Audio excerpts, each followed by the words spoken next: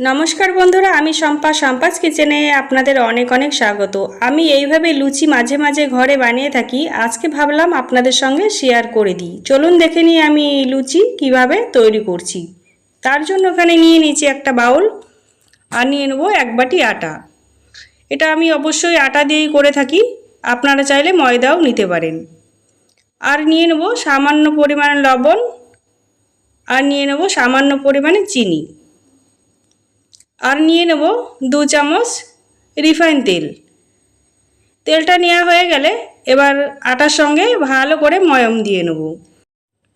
আমাদের বাড়িতে যদি বয়স্ক ব্যক্তি থাকে যাদের দাঁতের সমস্যা, তারাও এই লুচিটা আরামসে খেতে পারবে।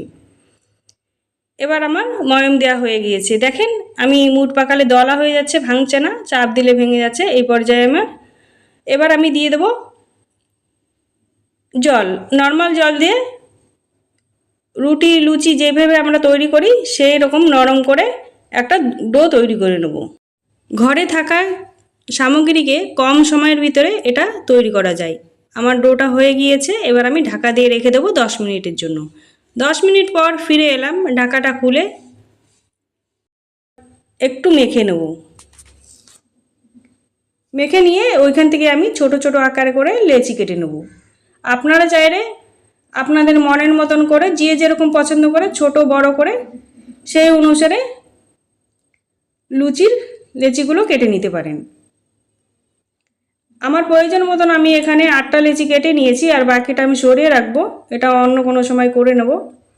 এবার এইখান থেকে একটা লেচি নিয়ে আমি একটু গোল করে বেলে নেব। আমার এখানে কোনো তেল বা আটার কোনো প্রয়োজন হবে না, আমি যথেষ্ট তেল আছে, তার জন্য আমি এইভাবেই বেলে নিচ্ছি। আমি একটা বেলেছি, আর একটা বেলে দেখে দিচ্ছি। আমরা তো সবাই কম বেশি করে রুটি লুচি বেলতেই পারি, ঘরে সবাই প্রত্যেক দিনই বেলে থাকি। এইভাবে করে আমি সবগুলো বেলে নেব। সব আমি বেলে নিয়েছি, আগে থেকে একটা কড়াইয়ে তেল গরম হতে দিয়ে দিয়েছিলাম। এবার আমি একটা লুচি ছেড়ে দেব, ছেড়ে দিয়ে উপর দিয়ে একটু তেল ছিটিয়ে দিলেই দেখবে কত সুন্দর ফুলে উঠবে, একদম বলের মতন করে। আর যেরকম ফুলছে সেরকম একদম নরম তুলতুলে হয় লুচিটা। এইভাবে করে আমি আর একটা ভেজে দেখাচ্ছি, দেখেন কত সুন্দর ফুলেছে।